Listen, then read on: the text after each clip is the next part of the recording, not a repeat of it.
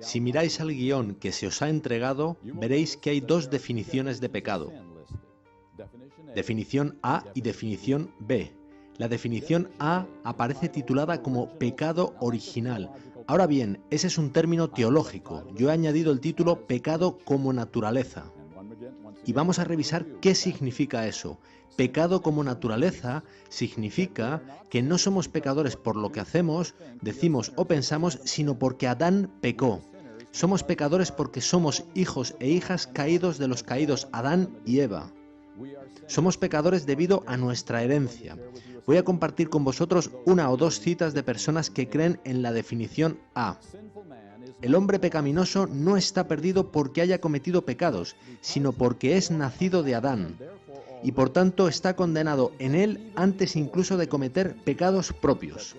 ¿Lo veis? El hombre pecaminoso está perdido no porque haya cometido pecados, sino porque es nacido de Adán y por tanto está condenado en él. Somos pecadores porque Adán pecó. Otra persona lo planteó de un modo ligeramente diferente. Tomamos decisiones de pecado porque somos pecadores por naturaleza. ¿Por qué perdemos los nervios? ¿Por qué hacemos a sabiendas cosas que no están en armonía con la voluntad de Dios? Bien, es porque de entrada somos pecadores, y esa es solo una consecuencia más de nuestro pecado. Somos pecadores porque Adán pecó. Esa es la definición A. La definición B sostiene todo lo que dice la definición A, que cuando Adán pecó, esto cambió completamente nuestras naturalezas. Dejando estas de ser como Dios las había diseñado, nuestras naturalezas operan en contra nuestra. Nuestras naturalezas combaten contra nuestras mejores intenciones y nuestras mejores decisiones. Nuestra naturaleza no es nuestra amiga, y sí, está con nosotros desde el nacimiento hasta la muerte. Todo esto es igual en ambas definiciones. La diferencia es que en la definición B no somos automáticamente pecadores por haber heredado un equipamiento defectuoso. No somos pecadores simplemente por haber nacido en el planeta equivocado. El lugar en el que ningún otro ser creado quisiera vivir. Somos pecadores cuando, conociendo la diferencia entre lo correcto y lo incorrecto, elegimos deliberadamente desobedecer la voluntad de Dios. El pecado en la definición B es una elección y, efectivamente, esta es la posición minoritaria. No hay duda sobre ello. La mayoría del cristianismo no cree eso, pero encontré una cita interesante al respecto. Noé entró en el arca en minoría, pero cuando salió de ella era una mayoría aplastante. No es siempre malo ser minoría. Un día las minorías se convertirán en mayoría y disfrutarán la eternidad sin temores ni problemas.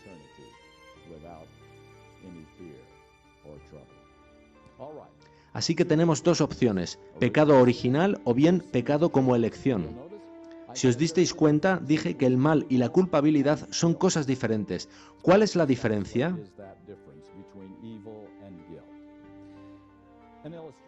Hay una ilustración que uso recurrentemente porque es la más clara que he encontrado nunca. Algunos de vosotros tendréis un perfecto ejemplo de esta diferencia en vuestros propios hogares. Tenéis un animal que llamáis mascota. Cuando os fijáis en detalle en este pequeño animal, realmente comenzáis a preguntaros cómo pudisteis elegirlo como mascota. Pues tiene un problema llamado doble personalidad. Por un lado, vuestra mascota es cálida y afectuosa. Se frota contra vuestras piernas, duerme en vuestro regazo. Es simplemente el gatito más cariñoso que jamás hubieseis deseado. Pero al abrir la puerta, ves en el jardín el cambio de personalidad que tiene lugar en tu dulce mascota. Su cola está en tensión, sus bigotes alerta. ¿Por qué? ¿Salió al jardín quizá a contemplar la puesta del sol? Quizá a oler las rosas. En el interior de vuestra casa hay demasiadas reglas.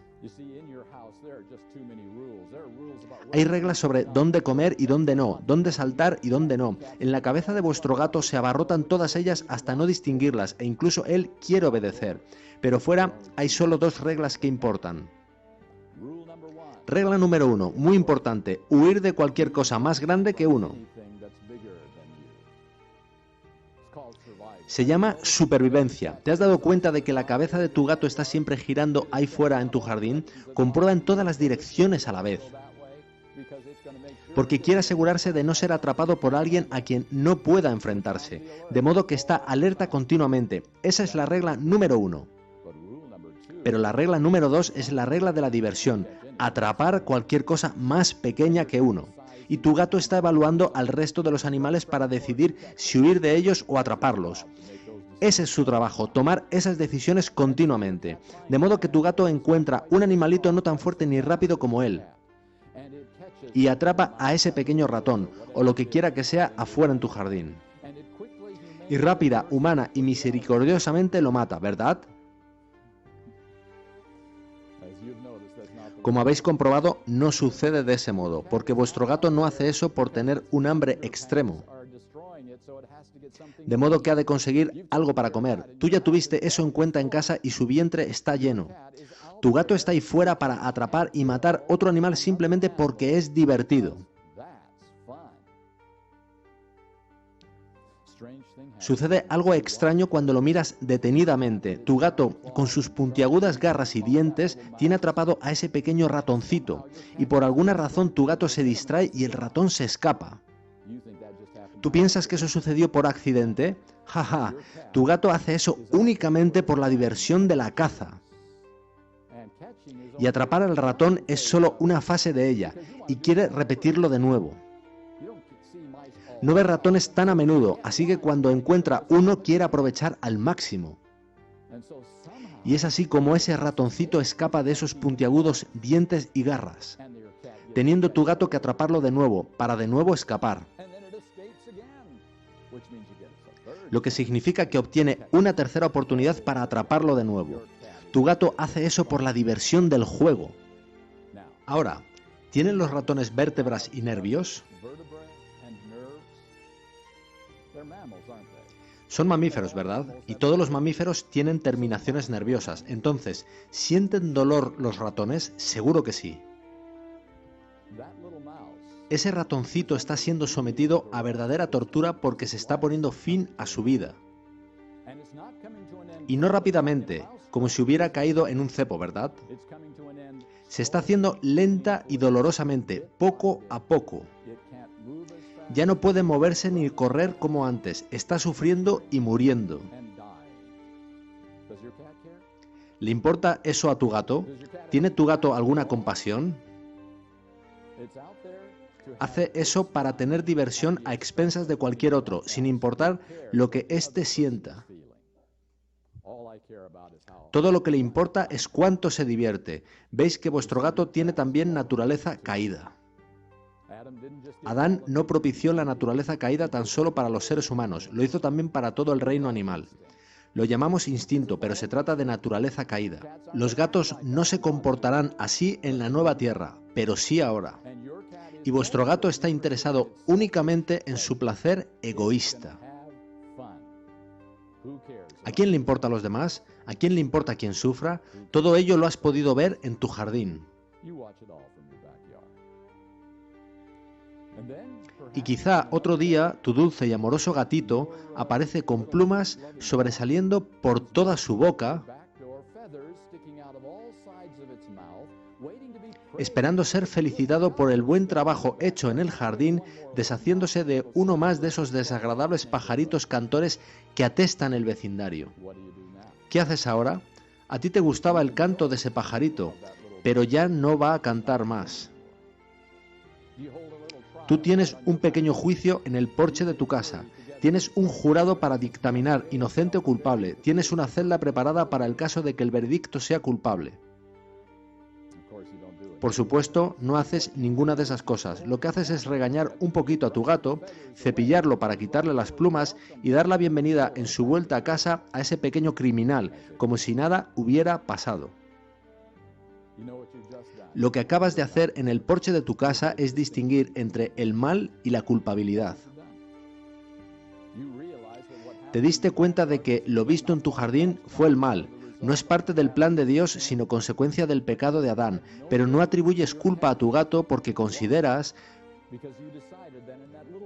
que en ese pequeño cerebro aparentemente no hay espacio para algo que llamamos conciencia, que es una distinción entre lo correcto y lo incorrecto, independientemente de las apetencias egoístas. Y tu gato simplemente no tiene esa capacidad. Todo lo que él sabe es cómo sobrevivir en este mundo, y su instinto le dice que debe salir y matar una presa. Y tú te das cuenta de ese mal acaecido en tu jardín, pero no le atribuyes culpa. Y a eso me refiero con distinguir entre el mal y la culpabilidad. Esto es muy importante en la comprensión de qué es pecado. Y la mayoría de los cristianos no entienden esto. Así que, por favor, tomad vuestras Biblias e id conmigo al primer texto listado, que es Génesis 2:17.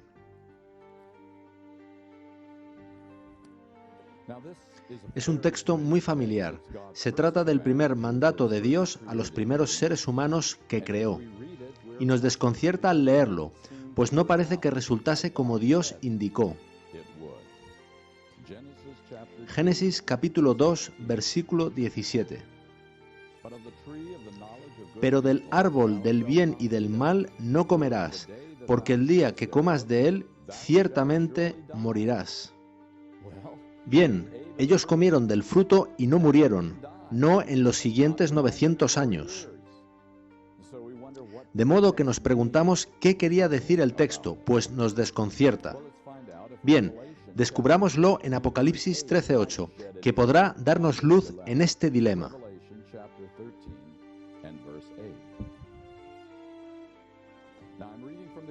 Lo leeré de la King James. Algunas otras versiones traducen este versículo de manera diferente. Me centraré en la última parte de este versículo. La última parte de Apocalipsis 13:8 habla del libro de la vida del Cordero y dice: el Cordero inmolado desde la fundación del mundo. Y nos desconcierta de nuevo, pues no fue inmolado en la fundación del mundo, sino que fue 4000 años después cuando murió en la cruz del Calvario. De modo que ahora tenemos dos textos desconcertantes en vez de una respuesta. Miremos ahora al guión que os han dado. Veréis que la siguiente página contiene citas del espíritu de profecía. Vamos a examinar un par de ellas para ver si encontramos luz y ayuda adicional. ¿Por qué en su caso no se ejecutó la pena de muerte justo a continuación? Esa es la pregunta. Ellos tomaron del fruto, pero no murieron. Porque se encontró un rescate. El Hijo unigénito de Dios se ofreció a tomar el pecado de los hombres sobre sí mismo y hacer expiación por la raza caída. Así que sucedió algo que cambió la sentencia de muerte ese día. Fijaos cómo sucedió. En el mismo instante en que el hombre aceptó las tentaciones de Satanás e hizo justo lo que Dios le dijo que no hiciera, Cristo, el Hijo de Dios, se erigió entre vivos y muertos diciendo: que el castigo recaiga sobre mí, yo tomaré la posición del hombre, él tendrá otra oportunidad. Nos estamos acercando a la respuesta. Daos cuenta de una cosa. Dios no espera a que Adán y Eva vuelvan a él de rodillas diciendo: lo hemos echado a perder, no sabemos qué hacer, ayúdanos. Ellos ni siquiera conocen la gravedad del problema en ese momento. Fijaos en que en el mismo instante en que el pecado entra en escena, Dios está ahí. Nuestro Dios no espera, sino que se anticipa. Él nos busca mucho antes de que lo busquemos nosotros.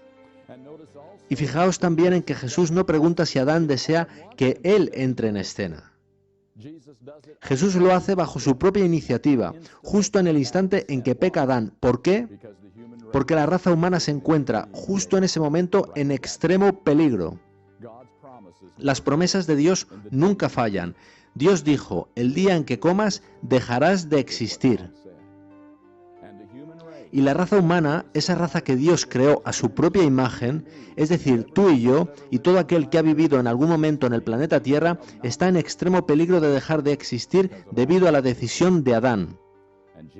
Y Jesús interviene para sofocar la crisis, y afirma que el único modo de sofocar la crisis es que Él tome el lugar de Adán y recaiga sobre Jesús la pena de muerte que merece Adán. y tomando el lugar de Adán, la raza humana continuará viviendo y tendrá una segunda oportunidad de vida eterna. Eso es lo que sucedió en el jardín del Edén hace 6000 años. ¿Estás agradecido por ello? ¿Veis que Dios amó tanto a la raza humana que Él estuvo dispuesto a permitir que su propio ser, en la forma de Jesucristo, se convirtiera en el sacrificio, de forma que la raza humana pudiera elegir de nuevo para vida eterna? Ahora, eso no vale solo para nosotros, vale para cualquier ser que haya vivido nunca, también para los que nunca han escuchado el nombre de Jesucristo o han odiado su nombre. Están vivos y tienen una oportunidad de vida eterna gracias a lo que Jesús hizo aquel día. Él es el Cordero inmolado desde la fundación del mundo. Las promesas de Dios nunca fallan. Fijaos en el siguiente párrafo. Dice lo siguiente: tan pronto como hubo pecado, hubo un Salvador. Tan pronto como pecó Adán, el Hijo de Dios se presentó a sí mismo como garantía para la raza humana, con tanto poder para sofocar la condena pronunciada sobre el culpable como cuando murió en la cruz del Calvario. De modo que, en el mismísimo instante en que se produce el pecado, aparece un Salvador. Ni siquiera hay que esperar al arrepentimiento, pues Jesús interviene como Salvador para salvar a la raza de la extinción antes incluso de que ésta conozca la gravedad del problema. Así que nuestro Salvador interviene justo ahí de manera notable. Y en resumen, es eso por lo que no creemos en la definición A, pecado original, porque el pecado original dice que, a pesar de lo que hizo Jesús en el jardín del Edén, a pesar de lo que hizo en la cruz del Calvario, aún estoy pagando por el pecado de Adán. Aún estoy condenado debido a Adán. Ahora, cuando Jesús paga por algo, ¿qué pensáis? ¿Queda saldado o yo he de pagar un poco más? Si Él ya pagó por el pecado de Adán, entonces, ¿qué hago yo pagando por lo mismo? Eso no tiene sentido. Ahora, ¿podrían Adán y Eva haberse perdido aun después de que Cristo pagó por haber comido del árbol prohibido? Nosotros conocemos bien lo que sucedió a Caín y Abel, ¿verdad?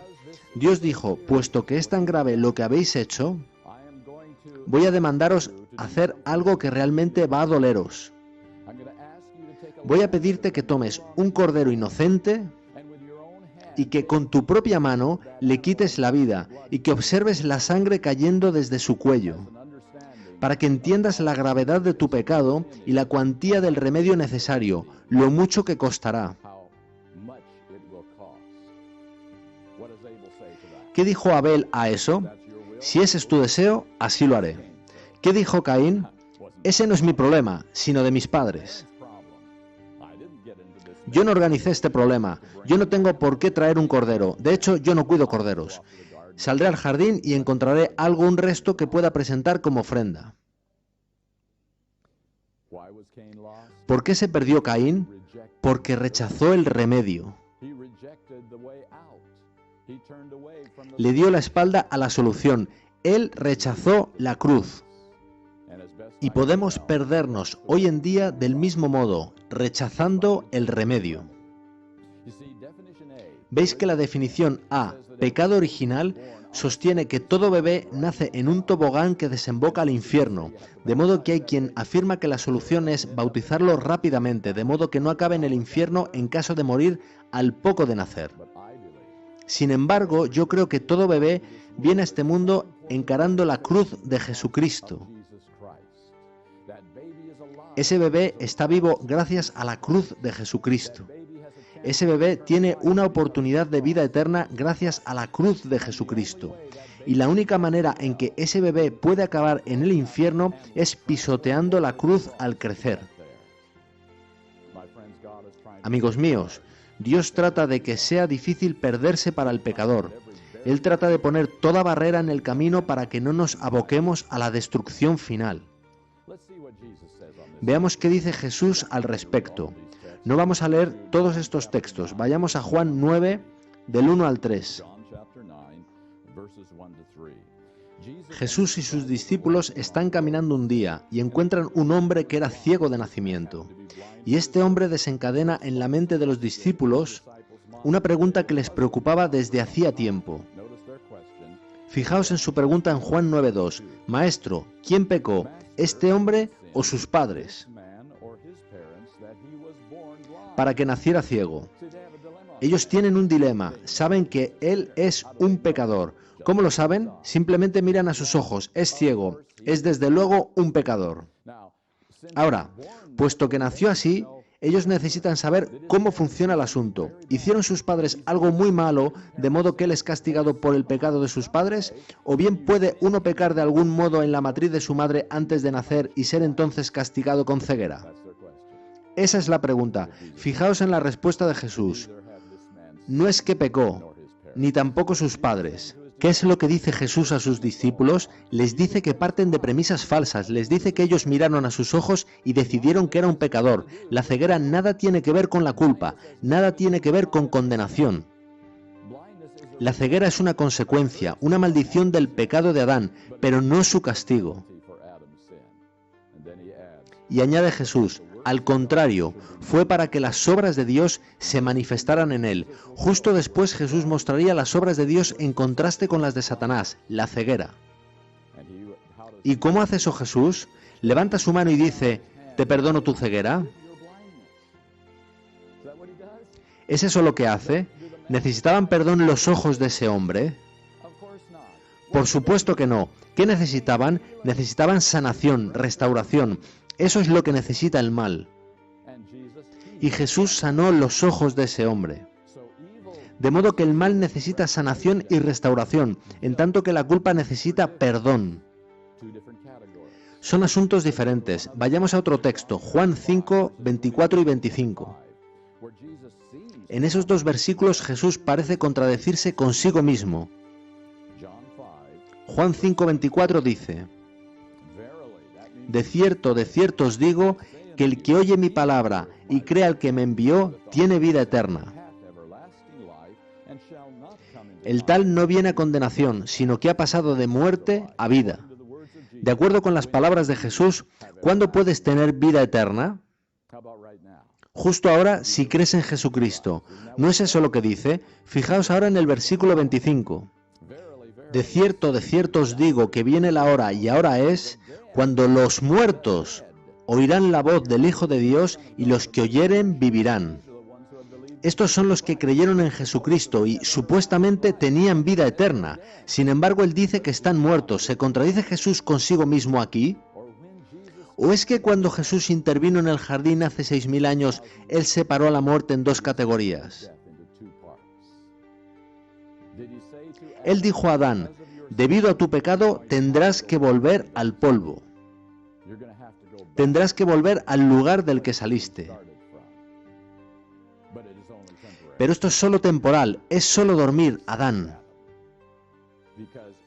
Porque si confías en mí, tu vida queda escondida en mi mano y tienes vida eterna. Así que Jesús no se contradice a sí mismo aquí, puesto que la primera muerte es realmente una muerte insignificante, amigos. Entendamos eso claramente. En el gran conflicto solo cuenta la segunda muerte.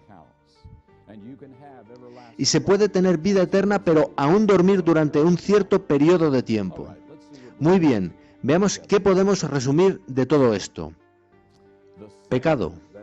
El pecado que Adán y Eva trajeron al mundo tiene dos fases: el mal y la culpa.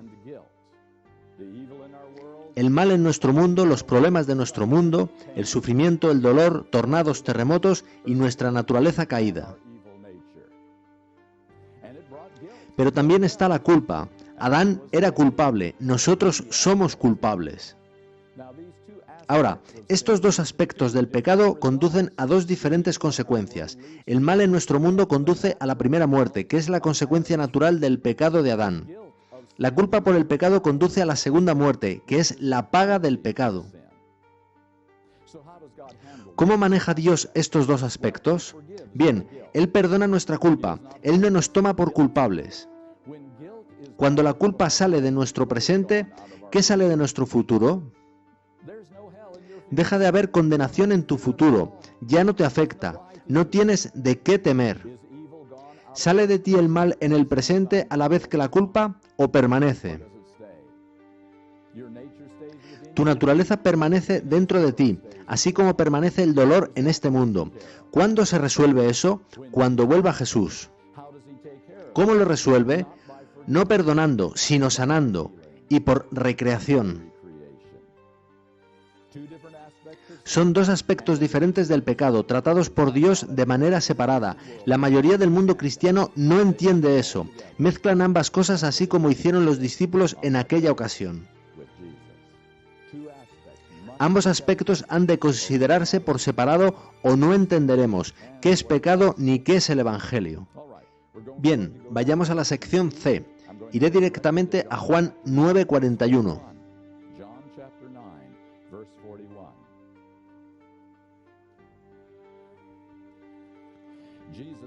Jesús está hablando a los fariseos y Él les dice: si fuerais ciegos, lo que significa si fuerais ignorantes, no tendríais pecado, pero ahora, puesto que decís vemos, vuestro pecado permanece.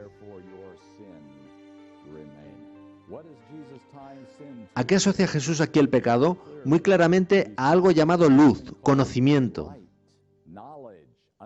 comprensión y una elección basada en esa luz. ¿Nacieron los fariseos con la misma mala naturaleza que nosotros?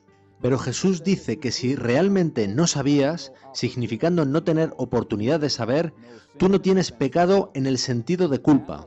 Pero si has tenido luz, sabiendo cuál es la verdad y la rechazas, tu pecado permanece. Pienso que lo deja muy claro. Id a Santiago 4:17. Pienso que es el texto más claro en toda la Biblia sobre este controvertido asunto. Santiago 4:17 no necesita un predicador, ni necesita un comentario. Solo necesita una detenida lectura. Por tanto, al que sabe hacer lo bueno y no lo hace, eso le es pecado. Al que sabe pero no obedece. ¿Sabe un bebé? Entonces, ¿cómo puede un bebé ser un pecador de nacimiento, como hemos leído en aquellas citas?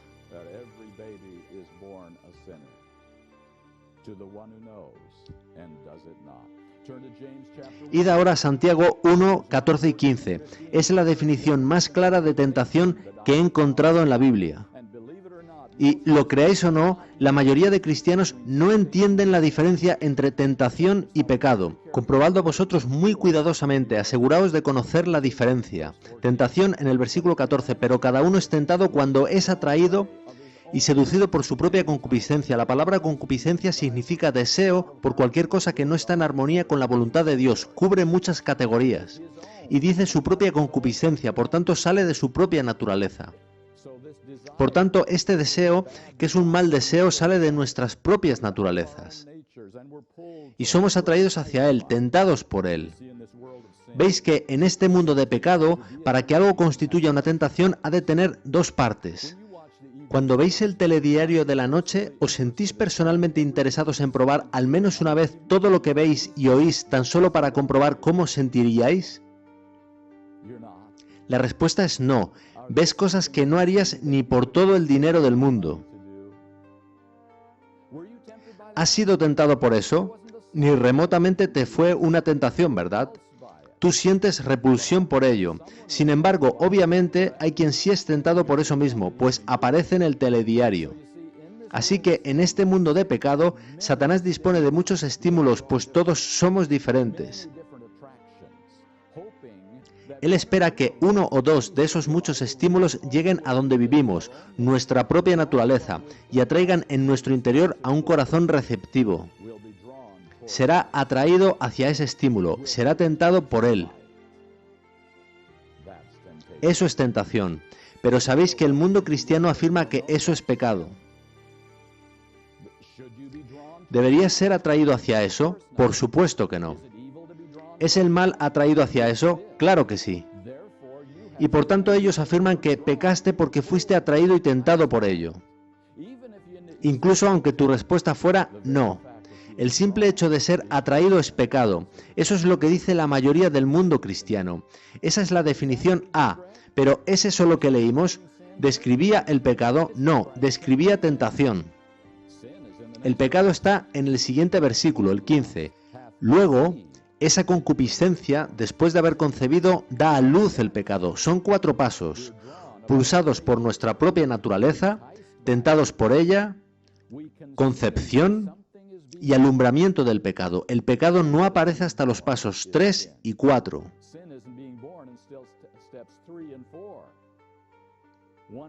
Los pasos 1 y 2 constituyen la tentación y sin embargo el mundo cristiano sitúa ahí el pecado, en tanto que la Biblia lo sitúa en el paso 3, en el proceso de la concepción. Así que el mundo cristiano ha confundido tentación con pecado, naturaleza caída con pecado, estado en el nacimiento con pecado, mientras que la Biblia afirma que no es así, que se requiere luz para que haya culpa al rechazar la luz.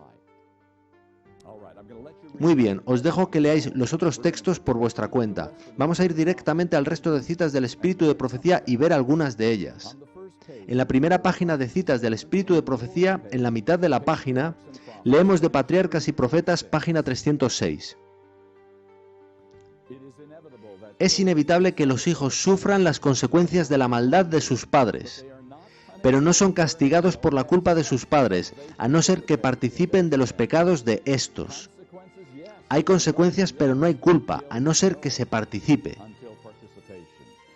En el último párrafo de la primera página encontramos lo siguiente de Obreros Evangélicos, página 162. La luz pone de manifiesto y corrige los errores escondidos en las tinieblas, y al aparecer ella, la vida y el carácter de los hombres debe cambiar de una manera correspondiente para estar en armonía con ella. Los pecados que eran una vez pecados de ignorancia debido a la ceguera de la mente no pueden ya ser practicados sin culpa. Fijaos en que un pecado de ignorancia es el que comete sin saber que se trata de algo equivocado. Muchas personas guardarán su primer sábado en la traslación al cielo. Hubo pecado de ignorancia durante sus vidas enteras porque no tuvieron oportunidad de conocer, pero un pecado de ignorancia no conlleva culpa de acuerdo a lo que acabamos de leer, hasta que aparece la luz. La luz cambia un pecado de ignorancia, que es el mal, en un pecado de culpa, del que soy responsable. Id a la última página de citas del Espíritu de Profecía, página 2. El segundo párrafo, Testimonios para la Iglesia, volumen 5, página 177.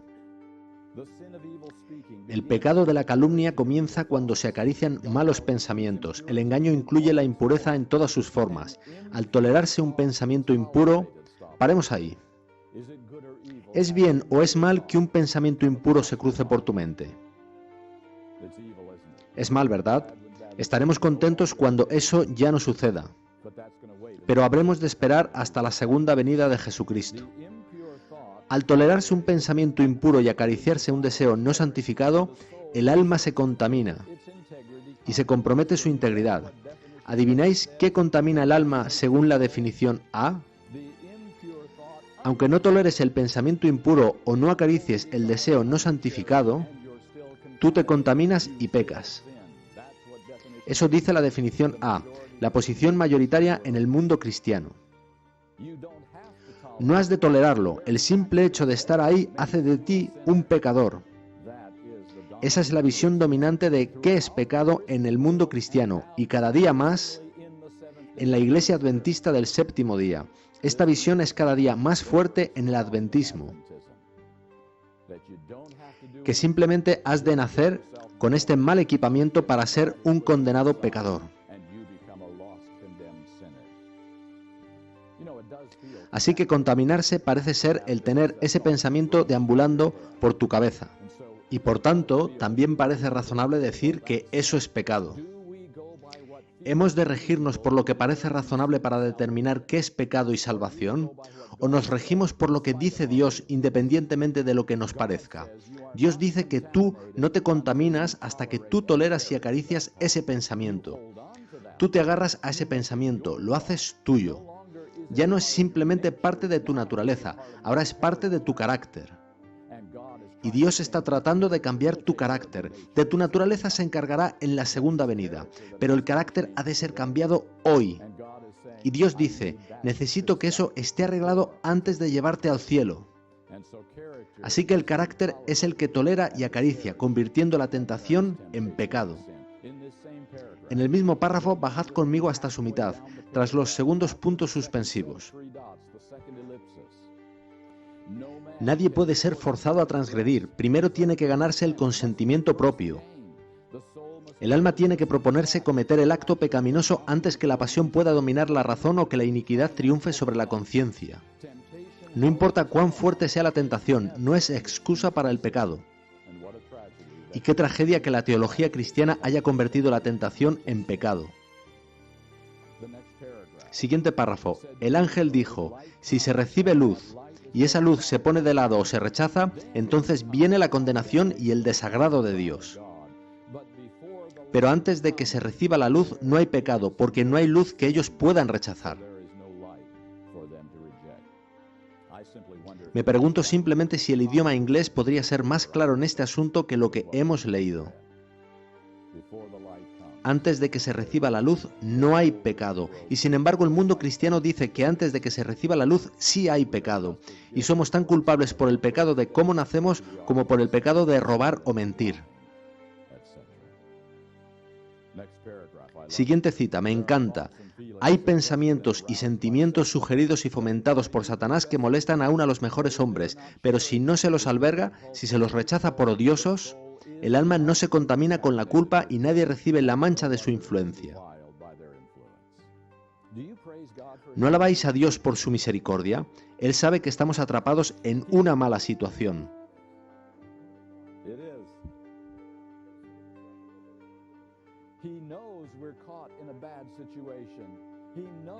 Él sabe que somos afrentados con cosas que no podemos combatir. Y Él dice, no te tomaré por responsable de lo que no puedes controlar. Solo te pediré que lo rechaces por odioso. De modo que, amigos míos, hemos dado un pequeño repaso a la doctrina del pecado. ¿Por qué es tan importante? Pongamos que tú crees en la definición A. Si somos condenados y culpables por cómo nacemos,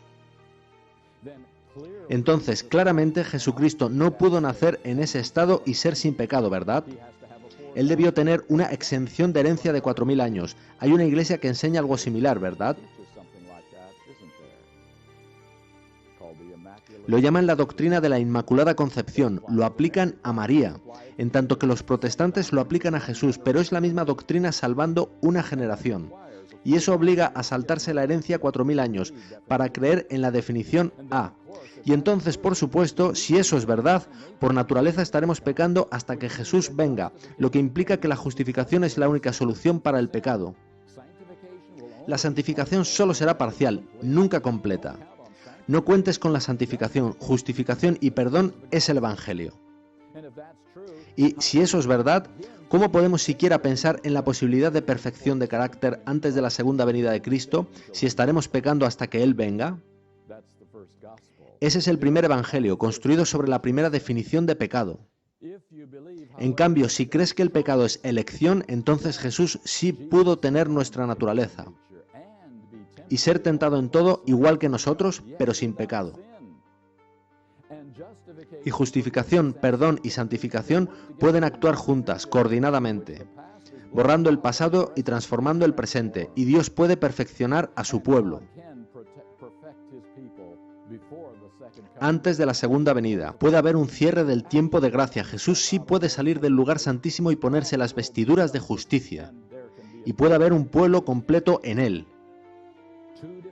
Dos definiciones diferentes de pecado, dos evangelios diferentes construidos sobre cada una. Esta puede ser una de las decisiones más importantes que tomáis en toda vuestra experiencia religiosa. ¿Qué es el pecado? Porque dos evangelios diferentes surgen de esa pregunta. Y amigos míos, no existen dos evangelios diferentes. Está el Evangelio de Jesucristo y hay una falsificación de ese Evangelio, así como hay una falsificación del día de adoración. Y Satanás está teniendo más éxito dentro de la Iglesia Adventista del séptimo día con su Evangelio falsificado que con ninguna otra falsificación que haya concebido nunca. Está extendiéndose por nuestra querida Iglesia. Necesitamos saber qué creemos, por qué lo creemos y qué es verdad en contraste con el error.